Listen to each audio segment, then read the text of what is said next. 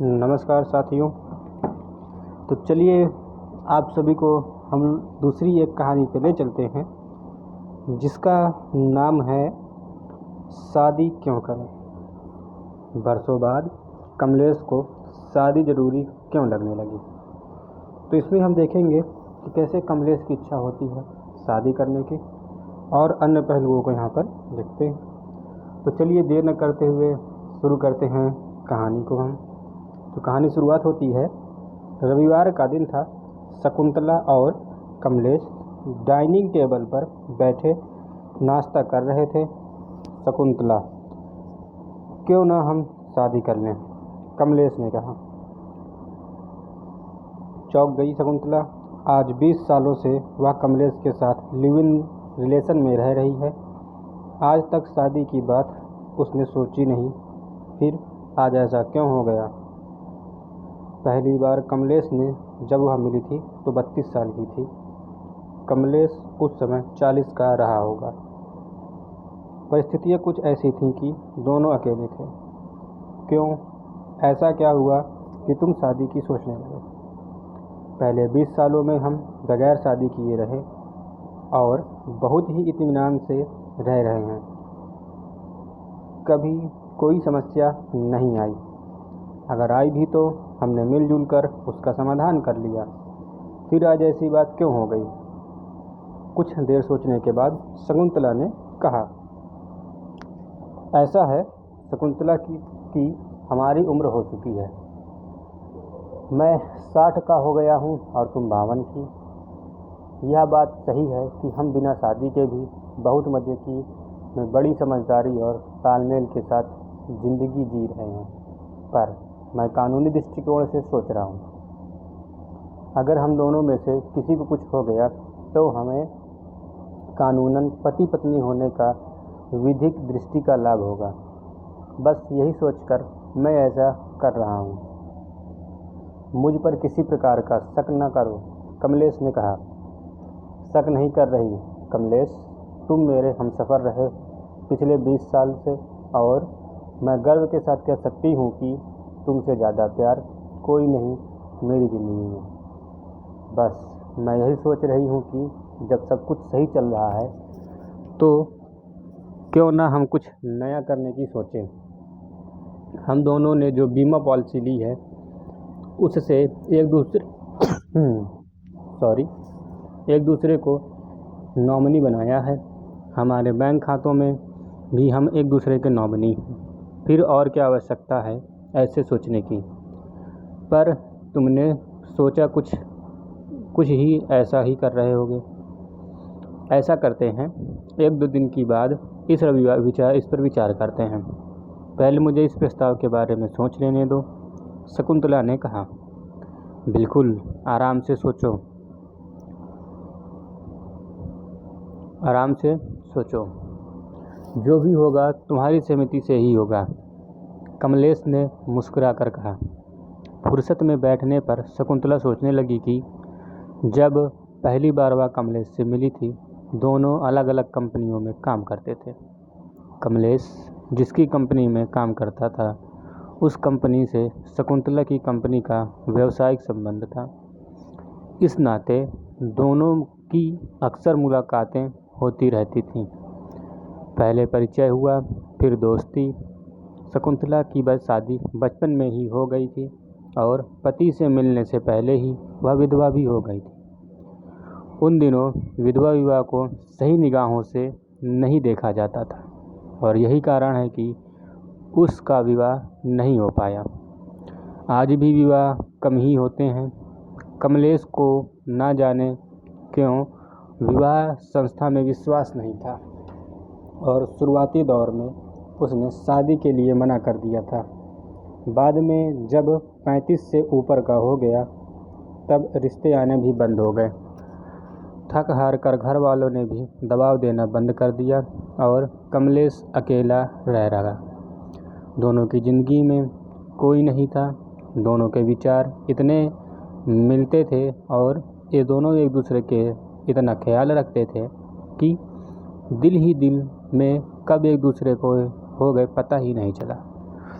शकुंतला जिस किराए के फ्लैट में रहती थी उसका मालिक उसे बेचने वाला था और खरीदने वाले को खुद फ्लैट में रहना था, इसलिए शकुंतला को कहीं और फ्लैट की आवश्यकता थी। जब उसने कमलेश को इस बारे में बताया तो उसने कहा कि उसके पास 2 कमरे का फ्लैट है, वह चाहे तो एक कमरे में रह सकती है। हॉल और किचन साझा प्रयोग किया जाएगा। थोड़ी झिझकी थी शकुंतला, अकेले पुरुष के साथ रहना क्या ठीक होगा, पर कमलेश ने आश्वस्त किया कि पूरी सुरक्षा और अधिकार के साथ उसके साथ रह सकती है, तो वह मान गई। एक दूसरे को दोनों पसंद करते तो थे ही, साथ साथ रहने से और भी नज़दीकियाँ बढ़ गई और शादीशुदा न होने के बावजूद पति पत्नी की तरह ही दोनों रहने लगे। आसपास के लोग उन्हें पति पत्नी के रूप ही जानते थे। इस लिव इन रिलेशन से दोनों खुश थे, दोनों एक दूसरे से प्यार करते थे। कभी किसी प्रकार की समस्या नहीं आई थी अभी तक। और इतने सालों के बाद कमलेश ने शादी का प्रस्ताव रखा। शकुंतला के मन में कई बातें उभरने लगीं। क्या इससे मेरे व्यक्तिगत जीवन प्रभावित नहीं होगा? क्या शादी करने के बाद हमारे संबंध वैसे ही रह पाएंगे जैसे अभी? क्या शादी के लिए स्पष्ट रूप से नियम व शर्तें निर्धारित कर ली जाएं? शकुंतला का एक मन तो कह रहा था कि जिस प्रकार वे रह रहे हैं उसी प्रकार रहें। आखिर जब सब कुछ सही चल रहा है तो नए प्रयोग क्यों किए जाएं भला? पर दूसरे कह रहा था कि कमलेश के साथ वह इतने सालों से है और वह हमेशा दोनों के हित में ही बात ही करता था। कभी उसने सिर्फ अपने स्वार्थ की बात नहीं की। इतने दिनों से वह उसी के फ्लैट में रह रही है। उसका व्यवहार हमेशा एक हितैषी सा रहा। उसने जो कहा वह भी सही हो सकता है। उससे विस्तार से बात करने की आवश्यकता है। आखिर हम 20 सालों से रह रहे हैं और एक दूसरे के साथ खुशी खुशी रह रहे हैं। हम एक दूसरे के साथ खुलकर अपनी बात साझा भी कर सकते हैं।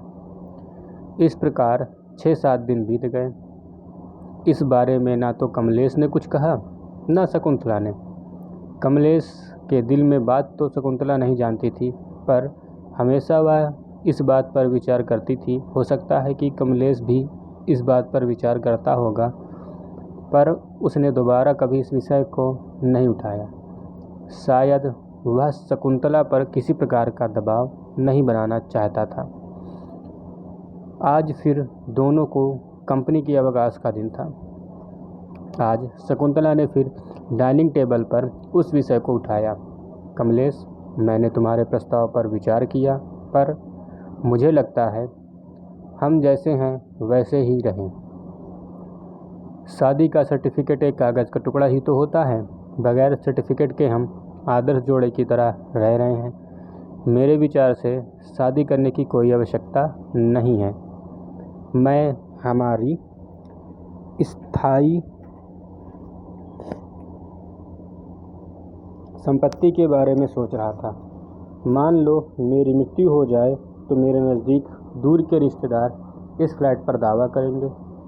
ऐसे में तुम्हें परेशानी होगी। इस तरह की बातों को ध्यान में रखकर मैं अपने संबंध को एक कानूनी जामा पहनाना चाह रहा था।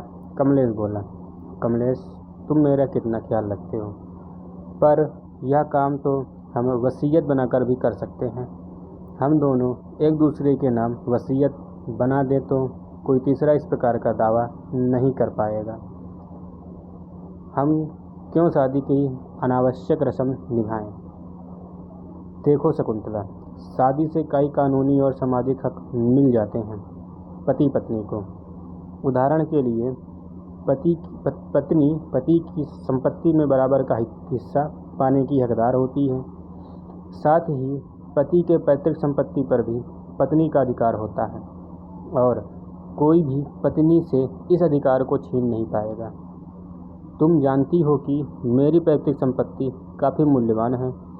कुदरत ना करे यदि किसी कारण से हम अलग अलग रहने की योजना बना लें तो शादीशुदा होने की स्थिति में भी पत्नी को गुजारा भत्ता लेने का अधिकार होता है। या अधिकार लिव इन रिलेशन में उपलब्ध नहीं है। मैं तुम्हारी सभी बातों से सहमत हूँ, पर मुझे इस उम्र में जितनी संपत्ति की आवश्यकता है उतनी मेरे पास है, और मुझे नहीं लगता कि इतने सालों के बाद हम अलग होंगे। इसलिए मेरी सलाह तो यही है कि अब शादी करने की कोई आवश्यकता नहीं। हाँ, हम यह वादा करें एक दूसरे से, जैसे अभी तक साथ साथ रहते आए हैं वैसे ही साथ साथ रहते रहें। शकुंतला ने कहा। चलो, यह भी सही है। कमलेश ने अपनी सहमति दी। तो यहीं पर यह कहानी समाप्त होती है। तो कैसे लगी आपको कहानी, कमेंट में आप बताइए। मिलते हैं अगले भाग पे, तब तक के लिए नमस्कार।